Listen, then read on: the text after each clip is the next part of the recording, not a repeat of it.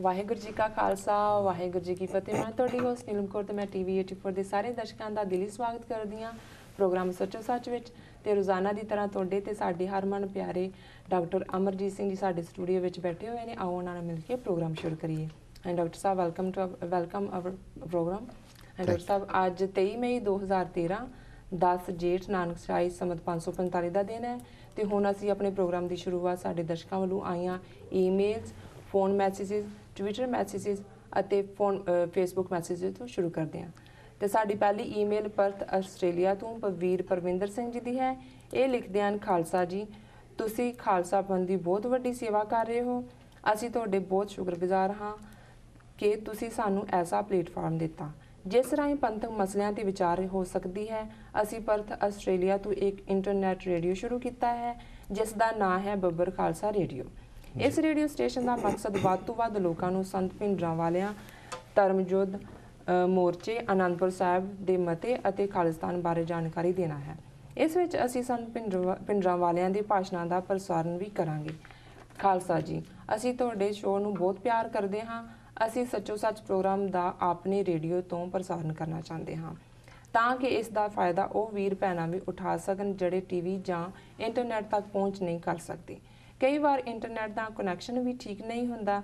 ਅਸੀਂ ਇਸ ਸੰਬੰਧੀ ਤੁਹਾਡੀ ਆਗਿਆ ਅਤੇ ਬਲੈਸਿੰਗ ਚਾਹੁੰਦੇ ਹਾਂ। ਡਾਕਟਰ ਸਾਹਿਬ, ਸਭ ਤੋਂ ਪਹਿਲਾਂ ਤਾਂ ਵੀਰ ਪਰਵਿੰਦਰ ਸਿੰਘ ਜੀ ਦਾ ਧੰਨਵਾਦ। ਉਹਨਾਂ ਨੇ ਸਾਨੂੰ ਪਰਥ ਆਸਟ੍ਰੇਲੀਆ ਤੋਂ ਲਿਖਿਆ ਜੀ। ਇਹ ਵੀ ਖੁਸ਼ੀ ਦੀ ਗੱਲ ਹੈ ਕਿ ਇਹਨਾਂ ਵੀਰਾਂ ਦੇ ਮਨ 'ਚ ਚਾਅ ਹੈ ਕਿ ਕਿਵੇਂ ਸੱਚ ਦੀ ਗੱਲ ਵੱਧ ਤੋਂ ਵੱਧ ਲੋਕਾਂ ਤੱਕ ਪਹੁੰਚੇ, ਔਰ ਉਹਨਾਂ ਨੇ ਬੱਬਰ ਖਾਲਸਾ ਰੇਡੀਓ ਦੀ ਸ਼ੁਰੂਆਤ ਵੀ ਇੰਟਰਨੈਟ ਰਾਹੀਂ ਕੀਤੀ ਹੈ ਜੀ। ਮੈਂ ਸਮਝਦਾ ਵੀ ਅਸੀਂ ਤਾਂ ਇਹ ਪ੍ਰੋਗਰਾਮ ਸੱਚੋ ਸੱਚ ਹੋਏ ਜਾਂ 4-5 ਰੇਡੀਓ ਪ੍ਰੋਗਰਾਮ ਜਿਹੜੇ ਹਫ਼ਤੇ 'ਚ ਹੁੰਦੇ ਨੇ ਜੀ, ਸਾਡਾ ਮਕਸਦ ਹੀ ਸੱਚ ਦੀ ਗੱਲ ਨੂੰ ਵੱਧ ਤੋਂ ਵੱਧ ਆਪਣੇ ਵੀਰਾਂ ਭੈਣਾਂ ਤੱਕ ਪਹੁੰਚਾਉਣਾ ਹੈ ਜੀ। ਸੋ ਸਾਡੇ ਵੱਲੋਂ ਬਿਲਕੁਲ ਇਹ ਜਿਵੇਂ ਵੀ ਚਾਹਣ ਇਸ ਪ੍ਰੋਗਰਾਮ ਨੂੰ ਲਾਈਵ ਬ੍ਰੌਡਕਾਸਟ ਕਰਨਾ ਚਾਹਣ, ਰਿਕਾਰਡਡ ਸਾਡੇ ਅਪਲੋਡ ਹੋ ਜਾਂਦਾ ਹੈ 24 ਆਵਰਸ ਦੇ ਵਿੱਚ YouTube 'ਤੇ ਜੀ। ਉਹਦੀ ਕੁਆਲਿਟੀ ਜ਼ਰਾ ਬੈਟਰ ਹੋਏਗੀ ਜੀ। ਉਸ ਨੂੰ ਉਹ ਇਸਤੇਮਾਲ ਕਰਨਾ ਚਾਹਣ ਬੜੀ ਖੁੱਲ੍ਹਦਿਲੀ ਦੇ ਨਾਲ ਮੈਂ ਸਮਝਦਾ ਹਾਂ ਕਿ ਵੀ ਜਿਵੇਂ ਵੀ ਉਹ ਚਾਹਣ ਉਸ ਦਾ ਇਸਤੇਮਾਲ ਕਰਨ। ਸਿਰਫ ਮੈਂ ਇੱਕੋ ਹੀ ਜਿਹੜੀ ਹੈ ਥੋੜ੍ਹੀ ਜਿਹੀ ਜਿਸ ਨੂੰ ਚੇਤਾਵਨੀ ਕਹਿ ਸਕਦਾ ਮੈਂ ਦੇਣੀ ਚਾਹਾਂਗਾ ਜ਼ਰੂਰ ਵੀਰਾਂ ਨੂੰ, ਕਿਉਂਕਿ ਬਹੁਤ ਵਾਰ ਜਦੋਂ ਅਸੀਂ ਕੁਛ ਕੰਮ ਕਰਨ ਦਾ ਚਾਅ ਰੱਖਦੇ ਹਾਂ ਜੀ ਤੇ ਕਈ ਵਾਰ ਅਸੀਂ ਆਪਣੇ ਦੁਸ਼ਮਣ ਦੀ ਨੀਤੀ ਕੀ ਹੋ ਸਕਦੀ ਹੈ ਉਹ ਤੁਹਾਨੂੰ ਕਿਵੇਂ ਤੁਹਾਡੇ ਕੰਮ ਨੂੰ ਹੀ ਨਹੀਂ ਰੋਕ ਸਕਦੇ, ਸਗੋਂ ਤੁਹਾਨੂੰ ਵੀ ਉਹ ਉਲਝਾ ਸਕਦੇ ਨੇ ਜੀ। ਉਸ ਵੱਲ ਜ਼ਰੂਰ ਧਿਆਨ ਦਿਵਾਉਣਾ ਚਾਹੁੰਦੇ ਕਿ ਬੇਸ਼ੱਕ ਵਿਚਾਰਾਂ ਦੇ ਪ੍ਰਗਟਾਵੇ ਦੀ ਆਜ਼ਾਦੀ ਮੁੱਢਲਾ ਹੱਕ ਹੈ ਜੀ। ਉਹ ਅਮਰੀਕਾ 'ਚ ਫਸਟ ਅਮੈਂਡਮੈਂਟ ਦਿੰਦੀ ਹੈ, ਕੈਨੇਡਾ 'ਚ ਚਾਰਟਰ ਆਫ ਰਾਈਟਸ ਦਿੰਦਾ ਹੈ, ਆਸਟ੍ਰੇਲੀਆ ਦੇ ਵਿੱਚ ਵੀ ਓਬਵੀਅਸਲੀ ਇਸੇ ਪੈਟਰਨ ਦੇ ਲਾਅ ਨੇ ਕਿ ਤੁਸੀਂ ਆਪਣੀ ਗੱਲ ਖੁੱਲ੍ਹ ਨਾਲ ਕਰ ਸਕਦੇ ਹੋ ਜੀ। ਪਰ ਹਿੰਦੁਸਤਾਨ ਦੀ ਹਕੂਮਤ ਹਰ ਸਿੱਖ ਟੀਵੀ ਸਟੇਸ਼ਨ ਜੀ, ਰੇਡੀਓ, ਪ੍ਰਿੰਟ ਮੀਡੀਆ, ਵੈਬਸਾਈਟ ਉਹਨਾਂ ਨੂੰ ਬੜੀ ਕਲੋਜ਼ਲੀ ਮੋਨੀਟਰ ਕਰਦੀ ਜੀ। ਔਰ ਕਈ ਥਾਵਾਂ 'ਤੇ ਉਹਨਾਂ ਨੇ ਉਹਨਾਂ ਨੂੰ ਚੁੱਪ ਕਰਾਉਣ ਦੇ ਲਈ ਜਾਂ ਸ਼ਟ ਕਰਾਉਣ ਦੇ ਲਈ ਹੋਰ ਵੀ ਹਰਬੇ ਇਸਤੇਮਾਲ ਕੀਤੇ ਨੇ। ਸੋ ਇੱਕ ਗੱਲ ਜਿਹੜੀ ਮੈਂ ਚੇਤਾਵਨੀ ਸ਼ਬਦ ਜਦੋਂ ਕਿਹਾ ਸੀ ਕਿ ਇਸ ਗੱਲ ਦਾ ਧਿਆਨ ਰੱਖਣਾ ਕਿ ਕੋਈ ਵੀ ਹਿੰਸਕ ਗੱਲ ਜਿਹਦੇ ਰਾਹੀਂ ਕਿ ਹਿੰਸਾ ਦਾ ਪ੍ਰਚਾਰ ਹੁੰਦਾ ਹੋਏ ਉਸ ਨੂੰ ਅਵੋਇਡ ਕਰਨਾ, ਕਿਉਂਕਿ ਬੇਸ਼ੱਕ ਦੁਨੀਆ ਦੇ ਵਿੱਚ ਹਥਿਆਰਬੰਦ ਸੰਘਰਸ਼ ਇੱਕ ਹਿੱਸਾ ਹੈ ਸਟਰਗਲ ਦਾ, ਔਰ ਇਹ United nations the charter of human rights, declaration of human rights the preamble ਭੂਮਿਕਾ ਦੇ ਵਿੱਚ ਲਿਖਿਆ ਹੋਇਆ ਹੈ ਕਿ ਜੇ ਕਿਸੇ ਬੰਦੇ ਨੂੰ ਬਗਾਵਤ ਦੇ ਅਖੀਰਲੇ ਰਸਤੇ 'ਤੇ ਜਾਣ ਤੋਂ ਰੋਕਣਾ ਤੇ ਉਸ ਦੇ ਮਨੁੱਖੀ ਹੱਕਾਂ ਦਾ ਹਰ ਹਾਲਤ ਦੇ ਵਿੱਚ ਸਤਿਕਾਰ ਕੀਤਾ ਜਾਣਾ ਚਾਹੀਦਾ। ਸੋ ਉਸ ਨੂੰ UN ਵੀ ਮੰਨਦੀ ਹੈ ਕਿ ਇੱਕ ਸਟੇਜ ਆ ਜਾਂਦੀ ਹੈ ਕਿ ਜਦੋਂ ਬਾਕੀ ਸਾਰੇ ਦਰਵਾਜ਼ੇ ਬੰਦ ਹੁੰਦੇ ਨੇ ਤੇ ਫਿਰ ਹਥਿਆਰਬੰਦ ਸੰਘਰਸ਼ ਦਾ ਰਸਤਾ ਸ਼ੁਰੂ ਹੁੰਦਾ ਹੈ। ਪਰ ਮੰਦੇ ਭਾਗਾਂ ਨੂੰ 9/11 ਤੋਂ ਬਾਅਦ ਦੁਨੀਆ ਦੇ ਵਿੱਚ ਕਿਸ ਕਿਸਮ ਦਾ ਖੌਫਜ਼ਦਾ ਮਾਹੌਲ ਸਿਰਜ ਦਿੱਤਾ ਹੈ ਪੱਛਮੀ ਤਾਕਤਾਂ ਨੇ ਕਿ ਜਿਹੜੀਆਂ ਤਿੰਨੋਂ ਹੀ ਚੀਜ਼ਾਂ ਨੇ, ਟੈਰਰਿਜ਼ਮ, ਮਿਲੀਟੈਂਸੀ ਔਰ ਫਰੀडम ਫਾਈਟਰ, ਉਹ ਸਾਰੇ ਦਹਿਸ਼ਤਗਰਦੀ ਦੇ ਖਾਤੇ 'ਚ ਪਾ ਦਿੱਤੇ ਨੇ। ਸੋ ਇਸ ਗੱਲ ਦਾ ਜ਼ਰੂਰ ਧਿਆਨ ਰੱਖਣਾ ਕਿ ਇਹ ਨਾ ਹੋਏ ਕਿ ਤੁਸੀਂ ਕੋਈ ਐਸੀ ਲਾਈਨ ਕ੍ਰਾਸ ਕਰ ਜਾਓ ਜਿਹਦੇ ਥੱਲੇ ਉਹ ਤੁਹਾਨੂੰ ਉੱਥੇ ਹਰਾਸਮੈਂਟ ਵੀ ਫੇਸ ਕਰਨੀ ਪਏ ਔਰ ਅਲਟੀਮੇਟਲੀ ਜਿਹੜਾ ਤੁਹਾਡੇ ਰੇਡੀਓ ਚੈਨਲ ਨੂੰ ਵੀ ਹਾਰਮ ਕਰੇ। ਸੋ ਮੈਂ ਸਮਝਦਾ ਵੀ ਅਦਰਵਾਈਜ਼ ਤੁਸੀਂ ਚੰਗਾ ਕੰਮ ਕਰ ਰਹੇ ਹੋ ਔਰ ਵੱਧ ਤੋਂ ਵੱਧ ਲੋਕਾਂ ਤੱਕ ਆਪਣੀ ਸੱਚ, ਹੱਕ, ਇਨਸਾਫ ਦੀ ਆਵਾਜ਼ ਪਹੁੰਚਾਉਣਾ ਅੰਤਰਰਾਸ਼ਟਰੀ ਕਾਨੂੰਨਾਂ ਦੇ ਦਾਇਰੇ 'ਚ ਰਹਿੰਦੇ ਆ, ਇਹ ਸਾਡਾ ਹੱਕ ਹੈ ਔਰ ਇਸ ਦੇ ਲਈ ਵੀਰ ਪਰਵਿੰਦਰ ਸਿੰਘ ਔਰ ਉਹਨਾਂ ਦੇ ਸਾਥੀ ਵਧਾਈ ਦੇ ਪਾਤਰ ਨੇ। ਜੀ ਡਾਕਟਰ ਸਾਹਿਬ, ਇਹ ਈਮੇਲ ਬੰਟੀ ਸਿੰਘ ਜੀ ਦੀ ਹੈ। ਇਹਨਾਂ ਨੇ ਸੱਚੋ ਸੱਚ ਦੀ ਟੀਮ ਨੂੰ ਫਤਿਹ ਬੁਲਾਉਣ ਤੋਂ ਬਾਅਦ ਲਿਖਿਆ ਹੈ, ਡਾਕਟਰ ਸਾਹਿਬ ਕਵੀ ਕਾਦਰ ਯਾਰ ਦਾ ਕਹਿਣਾ ਹੈ, ਕਾਦਰ ਯਾਰ ਜਹਾਨ ਤੇ ਨਾਮ ਰੋਸ਼ਨ, ਸ਼ਾਮ ਸਿੰਘ ਅਟਾਰੀ ਦਾ ਰਹਿਣ ਵਾਲਾ, ਸਾਨੂੰ ਕਿਰਪਾ ਕਰਕੇ ਸਰਦਾਰ ਸ਼ਾਮ ਸਿੰਘ ਅਟਾਰੀ ਵਾਲੇ ਦੇ ਇਤਿਹਾਸ ਬਾਰੇ ਦੱਸੋ। ਹਾਂ ਡਾਕਟਰ ਸਾਹਿਬ। ਦੇਖੋ ਵੀਰ ਬੰਟੀ ਸਿੰਘ ਜੀ ਦਾ ਧੰਨਵਾਦ। ਲਿਖਦੇ ਤਾਂ ਇੱਕੋ ਹੀ ਲਾਈਨ ਹੈ, ਪਰ ਸਾਨੂੰ ਕਹਿੰਦੇ ਨੇ ਵੀ ਲੰਬੀ ਕਹਾਣੀ ਸੁਣਾਓ, ਨਹੀਂ ਆਪ ਨਹੀਂ ਲਿਖਦੇ ਲੰਬੀ ਗੱਲ। ਜੀ ਜੀ। ਸਰਦਾਰ ਸ਼ਾਮ ਸਿੰਘ ਅਟਾਰੀ ਵਾਲਾ ਸਾਡੀ ਕੌਮੀ ਅਣਖ, ਪ੍ਰਾਈਡ ਤੇ ਸਿੱਖੀ ਸਪਿਰਿਟ ਦਾ ਪ੍ਰਤੀਕ ਹੈ ਜੀ। ਔਰ ਉਹਨਾਂ ਨੇ ਕਾਦਰ ਯਾਰ ਦਾ ਹਵਾਲਾ ਦਿੱਤਾ ਹੈ ਜੀ। ਔਰ ਮੈਂ ਸਮਝਦਾ ਹਾਂ ਵੀ ਜੇ ਕਿਸੇ ਨੇ ਸਭ ਤੋਂ ਖੂਬਸੂਰਤ ਟ੍ਰਿਬਿਊਟ ਦਿੱਤੀ ਹੈ ਸਰ ਸ਼ਾਮ ਸਿੰਘ ਅਟਾਰੀ ਵਾਲੇ ਨੂੰ ਔਰ ਉਹਨਾਂ ਦੇ ਸਮਕਾਲੀ ਨੇ, ਜਿਸ ਨੇ ਕਿ ਉਹਨਾਂ ਦੀ ਜੰਗ ਦੇ 1846 ਜਿਹੜੀ ਅੰਗਰੇਜ਼ਾਂ ਦੇ ਨਾਲ ਸਭਰਾਵਾਂ ਦੀ ਜੰਗ ਹੋਈ ਜੀ, ਉਸ ਦੇ ਵਿੱਚ ਕਿਵੇਂ ਸਰਦਾਰ ਸ਼ਾਮ ਸਿੰਘ ਅਟਾਰੀ ਵਾਲਾ ਜੂਝੇ ਜੀ ਤੇ ਕਿਵੇਂ ਅਖੀਰਲੇ ਸਾਹ ਤੱਕ ਉਹਨਾਂ ਨੇ ਸਿੱਖੀ ਅਣਖ ਨੂੰ ਜਿਉਂਦਿਆਂ ਰੱਖਦੇ ਦੁਸ਼ਮਣ ਨੂੰ ਭਾਜਣਾ ਪਾਈਆਂ ਜੀ। ਉਸ ਨੂੰ ਸ਼ਾਹ ਮੁਹੰਮਦ, ਜਿਸ ਨੇ ਉਸ ਲੜਾਈ ਦਾ ਵੀ ਔਰ ਉਸ ਤੋਂ ਪਹਿਲਾਂ ਦੇ ਹਾਲਾਤ ਬਾਰੇ ਵੀ, ਜਿਸ ਦਾ ਮੁੱਢਲਾ ਨਾਮ ਤਾਂ ਜੰਗਨਾਮਾ, ਜਿਸ ਨੂੰ ਹਿੰਦ ਪੰਜਾਬ, ਜੰਗ ਹਿੰਦ ਪੰਜਾਬ ਸੀ, ਫਿਰ ਉਹਨੂੰ ਜੰਗਨਾਮਾ ਸਿੰਘਾਂ ਫਰੰਗੀਆਂ ਕਿਹਾ ਜਾਣ ਲੱਗ ਗਿਆ, ਕਿਉਂਕਿ ਹਿੰਦ ਪੰਜਾਬ ਮੈਨੂੰ ਲੱਗਦਾ ਵੀ ਇਹ ਉਹਦਾ ਮੂਲ ਨਾਮ ਸੀ ਉਸ ਕਿੱਸੇ ਦਾ ਜੀ। ਔਰ ਉਹਦੇ 'ਚ ਉਹਨਾਂ ਨੇ ਸ਼ਾਮ ਸਿੰਘ ਅਟਾਰੀ ਵਾਲੇ ਦੀ ਜਿਹੜੀ ਜੁਝਾਰੂ ਸਪਿਰਿਟ ਹੈ ਉਹਦੇ ਬਾਰੇ ਉਹਨਾਂ ਦੀ ਇੱਕ ਲਿਖਤ ਹੈ, ਉਸ ਸਾਰੇ ਲੰਬੀ ਲਿਖਤ ਦੇ ਵਿੱਚ ਜੀ। ਆਈਆਂ ਪਲਟਣਾ ਬੀੜ ਕੇ ਤੋਪਖਾਨੇ, ਅੱਗੋਂ ਸਿੰਘਾਂ ਨੇ ਪਾਸੜੇ ਮੋੜ ਸੁੱਟੇ, ਮੇਵਾ ਸਿੰਘ ਤੇ ਮਾਖੇ ਖਾਂ ਹੋਏ ਸਿੱਧੇ, ਹੱਲੇ 3 ਫਰੰਗੀ ਦੇ ਤੋੜ ਸੁੱਟੇ, ਸ਼ਾਮ ਸਿੰਘ ਸਰਦਾਰ ਅਟਾਰੀ ਵਾਲੇ ਬਨ ਸ਼ਸਤਰੀ ਜੋੜ ਵਿਛੋੜ ਸੁੱਟੇ, ਸ਼ਾਹ ਮੁਹੰਮਦਾ ਸਿੰਘਾਂ ਨੇ ਗੋਰਿਆਂ ਦੇ ਵਾਂਗ ਨਿੰਬੂਆਂ ਲਹੂ ਨਿਚੋੜ ਸੁੱਟੇ। ਹੁਣ ਸ਼ਾਹ ਮੁਹੰਮਦ ਇੱਕ ਮੁਸਲਮਾਨ ਹੈ, ਰਾਜ ਸਰਕਾਰੇ ਖਾਲਸਾ ਹੈ, ਸਿੱਖਾਂ ਦਾ ਜਿਹੜਾ ਮਹਾਰਾਜਾ ਰਣਜੀਤ ਸਿੰਘ ਤੋਂ ਬਾਅਦ ਦਾ ਉਹ ਪੀਰੀਅਡ ਹੈ ਜੀ। ਲੇਕਿਨ ਸ਼ਾਹ ਮੁਹੰਮਦ ਨੂੰ ਇੰਨਾ ਪ੍ਰਾਈਡ ਹੈ ਆਪਣੇ ਉਸ ਪੰਜਾਬ ਦੇ ਰਾਜ ਦੇ ਉੱਤੇ, ਉਸ ਸਰਕਾਰੇ ਖਾਲਸਾ ਦੇ ਉੱਤੇ ਜੀ, ਕਿ ਉਸ ਦਾ ਇੱਕ ਜਿਹੜਾ ਕਵਿਤ ਹੈ ਉਹ ਉਸ ਵਤਨ ਪ੍ਰਸਤੀ ਦੇ ਪਿਆਰ ਨਾਲ ਡੁੱਲ ਕੇ ਪੈਂਦਾ ਜੀ। ਔਰ ਸਿੰਘਾਂ ਦੀ ਅਣਖ, ਸਿੱਖਾਂ ਦੀ ਆਨ ਔਰ ਕਿਵੇਂ ਗਦਾਰੀਆਂ ਦਾ ਦੌਰ ਉਸ ਨੇ ਸ਼ਾਹ ਮੁਹੰਮਦਾ ਇੱਕ ਸਰਕਾਰ ਬਾਝੋਂ ਫੌਜਾਂ ਜਿੱਤ ਕੇ ਅੰਤ ਨੂੰ ਹਾਰੀਆਂ ਨੇ। ਇਹ ਅੱਜ ਵੀ ਅਸੀਂ ਇਸ ਲਾਈਨ ਨੂੰ ਕੋਟ ਕਰਦੇ।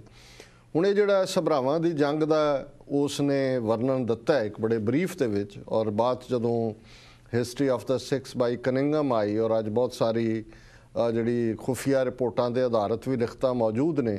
ਸੋ ਸ਼ਾਹ ਮੁਹੰਮਦ ਦਾ ਅਕਾਊਂਟ ਬਿਲਕੁਲ ਕਰੈਕਟ ਹੈ, ਬਿਲਕੁਲ ਐਕੂਰੇਟ ਹੈ। ਹਾਲਾਂਕਿ ਉਹ ਸ਼ਾਇਦ ਆਪਣੇ ਪਿੰਡ 'ਚ ਬੈਠਾ ਹੋਏਗਾ, ਕੋਈ ਜੰਗ ਦੇ ਮੈਦਾਨ 'ਚ ਤਾਂ ਨਹੀਂ ਸੀ, ਪਰ ਉਸ ਦੀ ਇਨਫੋਰਮੇਸ਼ਨ ਇੰਨੀ ਕਰੈਕਟ ਹੈ ਕਿ ਜਿੰਨੀ ਜਾਣਕਾਰੀ ਹੁਣ ਮੁਹੱਈਆ ਹੋਈ ਹੈ ਉਹਦੇ ਮੁਤਾਬਕ ਉਹਦਾ ਅਕਾਊਂਟ ਦਰੁਸਤ ਹੈ।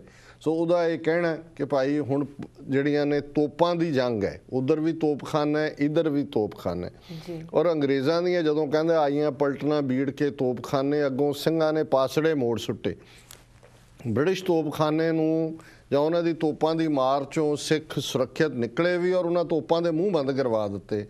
ਹੁਣ ਮੇਵਾ ਸਿੰਘ ਤੇ ਮਾਖੇ ਖਾਂ ਇਹ ਜਿਹੜੇ ਦੋਨੋਂ ਨੇ ਇਹ ਉਹਨਾਂ ਦੇ ਤੋਪਖਾਨੇ ਦੇ ਇੰਚਾਰਜ ਨੇ। ਔਰ ਇੱਥੇ ਵੀ ਅਸੀਂ ਲਾਇਲਟੀ ਦੀ ਗੱਲ ਕਰਦੇ ਹਾਂ, ਇੱਕ ਸਿੱਖ ਹੈ, ਇੱਕ ਮੁਸਲਮਾਨ ਹੈ ਜੀ। ਹੁਣ ਬਹੁਤ ਵਾਰ ਜਦੋਂ ਅਸੀਂ ਇਸ ਦੌਰ ਦੇ ਮਿਸਰਾਂ ਦਾ ਜਿਹੜੇ ਯੂਪੀ ਦੇ ਬ੍ਰਾਹਮਣ ਜਾਂ ਜੰਮੂ ਕਸ਼ਮੀਰ ਦੇ ਡੋਗਰੇ ਧਿਆਨ ਸਿੰਘ, ਗੁਲਾਬ ਸਿੰਘ, ਸੁਚੇਤ ਸਿੰਘ ਭਰਤੀ ਕੀਤੇ ਸੀ, ਪ੍ਰਧਾਨ ਮੰਤਰੀ ਪਦ ਤੱਕ ਪਹੁੰਚੇ ਹੋਏ ਸੀ, ਉਹ ਤਾਂ ਟ੍ਰੇਟਰ ਨੇ, ਗਦਾਰੀ ਕਰ ਰਹੇ ਨੇ, ਅੰਗਰੇਜ਼ਾਂ ਦੇ ਨਾਲ ਰਲੇ ਹੋਏ ਨੇ। ਤੇਜਾ ਸਿੰਘ ਦਾ ਕੀ ਰੋਲ ਹੈ, ਲਾਲ ਸਿੰਘ ਦਾ ਕੀ ਰੋਲ ਹੈ, ਅੱਜ ਦੁਨੀਆ ਭਰ ਦੇ ਇਤਿਹਾਸਕਾਰਾਂ ਨੇ ਉਸ ਦੌਰ ਬਾਰੇ ਲਿਖਿਆ। ਪਰ ਇੱਥੇ ਮਾਖੇ ਖਾਂ ਵੀ ਪੂਰੀ ਗੈਰਤ ਦੇ ਨਾਲ, ਇਮਾਨਦਾਰੀ ਦੇ ਨਾਲ ਉਸ ਰਾਜ ਦੀ ਵਫਾਦਾਰੀ ਨਿਭਾ ਰਿਹਾ ਹੈ, ਤੇ ਮੇਵਾ ਸਿੰਘ ਵੀ ਜਿਹੜਾ ਹੈ ਉਹ ਪੂਰਾ ਤੋਪਖਾਨੇ ਨੂੰ ਇਸਤੇਮਾਲ ਕਰ ਰਿਹਾ ਹੈ ਕਿ ਉਹ ਬਿਲਕੁਲ ਵੈਰੀਆਂ ਦੀਆਂ ਤੋਪਾਂ ਦੇ ਮੂੰਹ ਬੰਦ ਕਰਾਏ ਨੇ। ਹੱਲੇ 3 ਫਰੰਗੀ ਦੇ ਤੋੜ ਸੁੱਟੇ ਕਿ 3 ਵਾਰ ਉਹਨਾਂ ਦਾ ਐਡਵਾਂਸ ਕਾਲਮ ਆਇਆ ਜਿਹਨੂੰ ਕਹਿੰਦੇ ਵੀ ਰੀਪਲਸ ਦਾ ਅਟੈਕ ਜੀ। ਹੁਣ ਉਸ 'ਚ ਸਰਦਾਰ ਸ਼ਾਮ ਸਿੰਘ ਅਟਾਰੀ ਵਾਲੇ ਦਾ ਕੀ ਰੋਲ ਹੈ, ਉਸ ਨੂੰ ਕਹਿੰਦੇ ਨੇ ਕਿ ਵੀ ਉਹਨਾਂ ਨੇ ਸ਼ਸਤਰ ਧਾਰਨ ਕਰਕੇ ਇਸ ਕਿਸਮ ਦਾ ਉਸ ਜੰਗ ਦੇ ਵਿੱਚ ਆਪਣਾ ਰੋਲ ਅਦਾ ਕੀਤਾ ਕਿ ਬਨ ਸ਼ਸਤਰੀ ਜੋੜ ਵਿਛੋੜ ਸੁੱਟੇ, ਕਿ ਚਾਰ ਚਫੇਰਾ ਜਿਹੜਾ ਕੁਰਹਾਮ ਪਾ ਦਿੱਤਾ ਹੈ।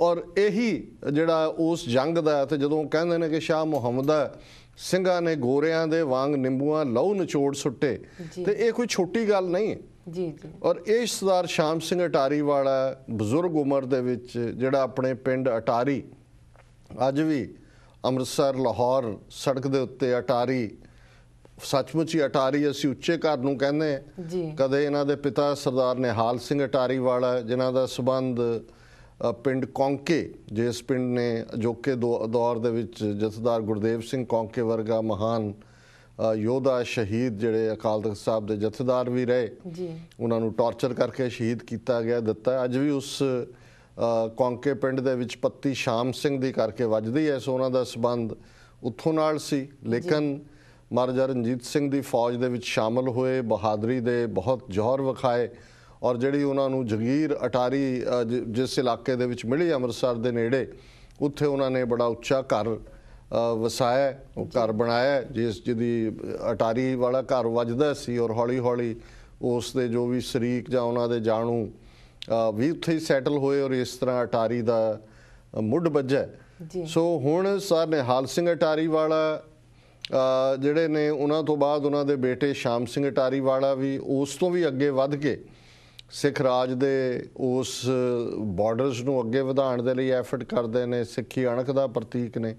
ਔਰ ਉਹਨਾਂ ਦਾ ਕਿੰਨਾ ਸਤਿਕਾਰ ਹੋਏਗਾ ਸਿੱਖ ਦਰਬਾਰ ਦੇ ਵਿੱਚ, ਮਹਾਰਾਜਾ ਰਣਜੀਤ ਸਿੰਘ ਦੇ ਮਨ ਦੇ ਵਿੱਚ ਵੀ, ਕਿ ਮਹਾਰਾਜਾ ਰਣਜੀਤ ਸਿੰਘ ਨੇ ਆਪਣੇ ਪੋਤੇ, ਉਹਨਾਂ ਦਾ ਵੱਡਾ ਬੇਟਾ ਮਹਾਰਾਜਾ ਰਣਜੀਤ ਸਿੰਘ ਦਾ ਖੜਕ ਸਿੰਘ ਸੀ, ਯੁਵਰਾਜ ਖੜਕ ਸਿੰਘ ਜਾਂ ਪ੍ਰਿੰਸ ਖੜਕ ਸਿੰਘ, ਜਿਹੜਾ ਬਾਅਦ 'ਚ ਮਹਾਰਾਜਾ ਖੜਕ ਸਿੰਘ ਵੀ ਬਣਿਆ, ਤੇ ਉਹਨਾਂ ਦਾ ਬੇਟਾ ਕੰਵਰ ਨੌ ਨਿਹਾਲ ਸਿੰਘ, ਜਿਸ ਬਾਰੇ ਉਸ ਵੇਲੇ ਦੇ ਯੂਰਪੀਅਨਸ ਵੀ ਕਹਿੰਦੇ ਨੇ ਕਿ ਜੇ ਕੰਵਰ ਨੌ ਨਿਹਾਲ ਸਿੰਘ ਨੂੰ ਕਿਤੇ ਮੌਕਾ ਰਹਿੰਦਾ ਅੱਗੇ ਆਉਣ ਦਾ, ਤੇ ਉਹ ਮਹਾਰਾਜਾ ਰਣਜੀਤ ਸਿੰਘ ਜਾਂ ਆਪਣੇ ਦਾਦੇ ਦੇ ਕਾਰਨਾਮਿਆਂ ਨੂੰ ਵੀ ਮਾਤ ਪਾ ਦਿੰਦਾ। ਸੋ ਮਹਾਰਾਜਾ ਰਣਜੀਤ ਸਿੰਘ ਨੇ ਆਪਣੇ ਪੋਤੇ ਨੌ ਨਿਹਾਲ ਸਿੰਘ ਦਾ ਜਿਹੜਾ ਵਿਆਹ ਹੈ ਉਹ ਸਰ ਸ਼ਾਮ ਸਿੰਘ ਅਟਾਰੀ ਵਾਲਾ ਦੀ ਲੜਕੀ ਨਾਲ ਕੀਤਾ। ਔਰ ਜਦੋਂ ਉਸ ਪੀਰੀਅਡ ਦੇ ਅਸੀਂ ਜਿਹੜੇ ਬਹੁਤ ਖਰਚੀਲੇ ਵਿਆਹ ਕਹਿ ਲਓ ਜਾਂ ਬੜੇ ਸ਼ਾਨੋ ਸ਼ੌਕਤ ਵਾਲੇ ਵਿਆਹ ਕਹਿ ਲਓ, ਉਹਨਾਂ ਵੱਲ ਦੇਖਦੇ ਹਾਂ, ਤੇ ਉਹ ਇੱਕ ਵਿਆਹ ਸੀ ਜਿਹਦਾ ਵੇਰਵਾ ਬਹੁਤ ਸਾਰੇ ਉਸ ਦੌਰ ਦੀਆਂ ਲਿਖਾਰੀਆਂ ਨੇ ਲਿਖਿਆ। ਮੈਂ ਉਸ ਵੇਰਵੇ 'ਚ ਤਾਂ ਨਹੀਂ ਜਾਵਾਂਗਾ ਕਿਉਂਕਿ ਉਹ ਸ਼ਾਹਾਨਾ ਇੱਕ ਆਪਣਾ ਉਹਦਾ ਵੱਖਰਾ ਮਿਜ਼ਾਜ ਸੀ, ਪਰ ਉਹਦੇ ਨਾਲ ਜੁੜੀਆਂ ਸਿੱਖ ਇਤਿਹਾਸ ਦੀਆਂ ਕੁਝ ਯਾਦਾਂ ਨੇ। ਜਿਵੇਂ ਹੁੰਦਾ ਹੈ ਕਿ ਇੱਕ ਬਹੁਤ ਖੂਬਸੂਰਤ ਸਿਹਰਾ ਹਾਰ ਜਿਹੜਾ ਮੋਤੀਆਂ ਦਾ ਔਰ ਡਾਇਮੰਡਸ ਦਾ ਬਣ ਕੇ ਨੌ ਨਿਹਾਲ ਸਿੰਘ ਦੇ ਲਈ ਲਿਆਂਦਾ, ਉਸ ਦੇ ਵਿਆਹ ਦੇ ਮੌਕੇ ਜਿਹੜਾ ਉਸਨੇ ਪਹਿਨਣਾ ਸੀ। ਤੇ ਮਹਾਰਾਜਾ ਰਣਜੀਤ ਸਿੰਘ ਨੇ ਜਦੋਂ ਦੇਖਿਆ ਤੇ ਉਹਨਾਂ ਨੂੰ ਇੰਨਾ ਕੁ ਉਹ ਚੰਗਾ ਲੱਗਾ, ਉਹਨਾਂ ਨੇ ਕਿਹਾ ਵੀ ਇਹ ਮੇਰਾ ਪੋਤਾ ਨਹੀਂ, ਇਹ ਤਾਂ ਹਰਮੰਦਰ ਸਾਹਿਬ ਜਾਣਾ ਚਾਹੀਦਾ। ਸੋ ਉਹ ਜਿਹੜਾ ਅੱਜ ਵੀ ਤੋਸ਼ੇਖਾਨੇ ਦੇ ਵਿੱਚ ਉਹ ਹਾਰ ਜਿਹੜਾ ਮਹਾਰਾਜਾ ਨੌ ਨਿਹਾਲ ਸਿੰਘ ਦੇ ਵਿਆਹ ਲਈ ਤਿਆਰ ਹੋਇਆ ਸੀ, ਪਰ ਹਰਮੰਦਰ ਸਾਹਿਬ ਭੇਟ ਕੀਤਾ। ਸੋ ਉਸ ਦਾ ਵੇਰਵਾ ਅਸੀਂ ਦੇਖਦੇ ਹਾਂ। ਪਰ ਉਹ ਇੱਕ ਸ਼ਾਨਾ ਵਿਆਹ ਸੀ ਉਹਦੀਆਂ, ਪਰ ਦੋ ਜਿਹੜੀਆਂ ਨੇ ਗੱਲਾਂ ਕਮਜ਼ੋਰੀ ਵਾਲੀਆਂ ਰਹੀਆਂ। ਇੱਕ ਤਾਂ ਉਸ ਬਹਾਨੇ ਕਿਉਂਕਿ ਅੰਗਰੇਜ਼ ਵੀ ਇਨਵਾਈਟਡ ਸੀ ਉਸ ਵਿਆਹ 'ਚ, ਉਹਨਾਂ ਦੀ ਪੂਰੀ ਕੰਟਿੰਜੈਂਟ ਸ਼ਾਮਲ ਹੋਈ। ਉਹਨਾਂ ਨੇ ਉਸ ਪੀਰੀਅਡ ਦੇ ਵਿੱਚ ਸਾਰੀਆਂ ਆਪਣੇ ਨੁਕਸ਼ੇ ਵੀ ਤਿਆਰ ਕੀਤੇ, ਔਰ ਉਹਨਾਂ ਨੇ ਸਾਰਾ ਆਪਣਾ ਅੰਦਾਜ਼ਾ ਜਿਹਾ ਲਾ ਲਿਆ ਵੀ ਜਦੋਂ ਉਹਨਾਂ ਨੇ ਪੰਜਾਬ 'ਚ ਆਉਣਾ ਹੈ ਤਾਂ ਕੀ ਨੇ, ਕਿਹੜੇ ਕੱਚੇ ਪਿੱਲੇ ਨੇ, ਕਿਹਨਾਂ ਨੂੰ ਉਹਨਾਂ ਨੇ ਟਾਰਗੇਟ ਕਰਨਾ। ਦੂਸਰਾ, ਉਸੇ ਵਿਆਹ ਦੇ ਦੌਰਾਨ ਹੀ ਜਮਰੌਦ ਦੇ ਉੱਤੇ ਮੁਲਖਈਆ ਚੜ੍ਹ ਕੇ ਆਉਂਦਾ ਹੈ, ਉੱਥੋਂ ਦੇ ਸਾਰੇ ਕਬੀਲੇ ਜਿਹੜੇ ਨੇ, ਖਬਰ ਭੇਜੀ ਜਾਂਦੀ ਹੈ ਇੱਧਰ, ਡੋਗਰੇ ਜਿਹੜੇ ਨੇ ਉਹ ਪਹੁੰਚਾਉਂਦੇ ਨਹੀਂ ਰਣਜੀਤ ਸਿੰਘ ਤੱਕ ਚਿੱਠੀਆਂ। ਦੋ ਹਰੀ ਸਿੰਘ ਨਲੂਆ ਲਿਖਦਾ ਪੇਸ਼ਾਵਰ ਦੇ ਉਹ ਵਿੱਚ ਬਿਮਾਰ ਪਿਆ, ਉਹ ਅਖੀਰ ਨਲੂਆ ਆਪ ਸਿੱਧਾ ਚਲਾ ਜਾਂਦਾ ਹੈ ਜਮਰੌਦ। ਬੇਸ਼ੱਕ ਮੁਲਖਈਏ ਨੂੰ ਉਹ ਭਜਾ ਦਿੰਦਾ ਹੈ, ਡਿਫੀਟ ਕਰਦਾ ਹੈ, ਪਰ ਹਰੀ ਸਿੰਘ ਨਲੂਆ ਉਸ ਜੰਗ ਦੇ ਵਿੱਚ ਸ਼ਹੀਦ ਹੋ ਜਾਂਦੇ ਨੇ। ਸੋ ਇਹ ਦੋ ਜਿਹੜੇ ਖਾਮੀਆਂ ਨੇ ਜਾਂ ਇੱਕ ਮੈਂ ਕਹਾਂਗਾ ਕਿ ਟ੍ਰੈਜਡੀਜ਼ ਇਸ ਦੌਰ ਦੀਆਂ ਇਸ ਵਿਆਹ 'ਚੋਂ ਹੁੰਦੀਆਂ ਨੇ। ਸੋ ਸਰ ਸ਼ਾਮ ਸਿੰਘ ਅਟਾਰੀ ਵਾਲੇ ਨੇ ਆਪਣੀ ਸਿੱਖੀ ਅਣਖ ਦੇ ਲਈ ਅਰਦਾਸ ਕੀਤੀ ਸੀ, ਸ਼ਹਾਦਤ ਦੇ ਲਈ ਸ਼ਹੀਦੀ ਪਾਈ। ਜਿੱਤ ਤਾਂ ਹਾਸਲ ਨਹੀਂ ਕਰ ਸਕੇ ਕਿਉਂਕਿ ਜਿੰਦ ਕੌਰ ਨੇ ਜਿਹੜੀ ਕਮਾਂਡ ਹੈ ਉਹ ਤਾਂ ਲਾਲ ਸਿੰਘ ਤੇਜ ਸਿੰਘ ਨੂੰ ਹੀ ਦਿੱਤੀ ਹੋਈ ਸੀ, ਔਰ ਉਹਨਾਂ ਨੇ ਗਦਾਰੀ ਕੀਤੀ। ਸੋ ਮੈਂ ਸਮਝਦਾ ਵੀ ਸ਼ਾਮ ਸਿੰਘ ਅਟਾਰੀ ਵਾਲਾ ਸਾਡਾ ਨਾਇਕ ਹੈ, ਸਾਡਾ ਹੀਰੋ ਹੈ। ਜੀ। ਔਰ ਹਮੇਸ਼ਾ ਈਵਨ ਅੰਗਰੇਜ਼ ਵੀ ਜਦੋਂ ਅਟਾਰੀ ਦੇ ਕੋਲੋਂ ਲੰਘਦੇ ਸੀ ਤੋਪ ਦੀ ਸਲਾਮੀ ਦਿੱਤੀ ਜਾਂਦੀ ਸੀ। ਉਹਨਾਂ ਦੀ ਡੈੱਡ ਬਾਡੀ ਨੂੰ ਵੀ ਅੰਗਰੇਜ਼ਾਂ ਨੇ ਬੜੇ ਸਤਿਕਾਰ ਨਾਲ ਜਿਹੜਾ ਹੈ ਉਹਨਾਂ ਦੀ ਸਿੱਖ ਫੌਜ ਦੇ ਆ ਕੇ ਲਾਹੌਰ 'ਚ ਜਿਹੜਾ ਉਹ ਹਵਾਲੇ ਕੀਤਾ ਸੀ। ਸੋ ਅਸੀਂ ਉਹਨਾਂ ਨੂੰ ਯਾਦ ਕਰ ਰਹੇ ਹਾਂ। ਜੀ ਡਾਕਟਰ ਸਾਹਿਬ, ਹੁਣ ਵੇਲਾ ਹੋ ਗਿਆ ਇੱਕ ਛੋਟੇ ਜਿਹੇ ਬ੍ਰੇਕ ਦਾ। ਵੀਅਰਸ ਈਮੇਲ ਦਾ ਸਿਲਸਿਲਾ ਇਸ ਤਰ੍ਹਾਂ ਜਾਰੀ ਰਹੇਗਾ। ਮਿਲਦੇ ਹਾਂ ਇੱਕ ਛੋਟੇ ਜਿਹੇ ਬ੍ਰੇਕ ਤੋਂ ਬਾਅਦ।